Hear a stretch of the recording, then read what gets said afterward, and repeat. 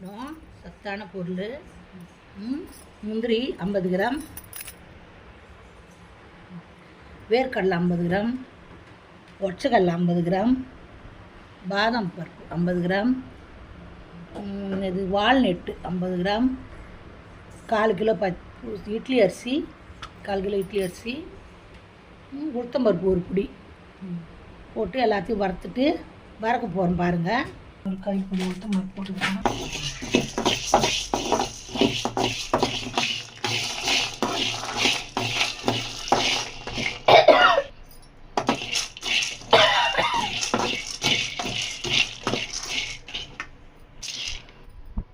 லாஸ்ட்டாக இருக்கும்.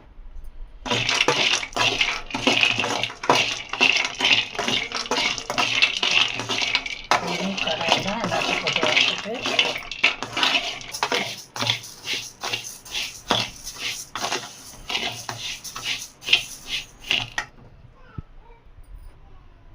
கொஞ்சோண்டு உப்பு வந்து வரணும்.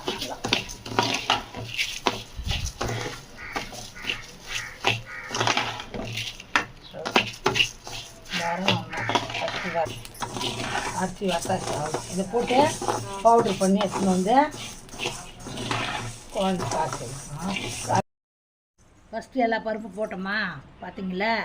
இப்போ வந்து இதை நல்லா வறுத்துட்டு மிக்சியில் அரைச்சிக்கணும். தூளை அரைச்சி வச்சுட்டு நல்லா தண்ணி ஒரு டம்ளர் தண்ணி வச்சு 1.5 டம்ளரில் அது 1/2 டம்ளரில் அந்த பவுட்ரு போட்டு கலந்து கரைச்சி ஊற்றிட்டு நல்லா கொதிக்க வச்சோம்னா நல்லா சுண்டி கஞ்சி மாதிரி வந்துடும்.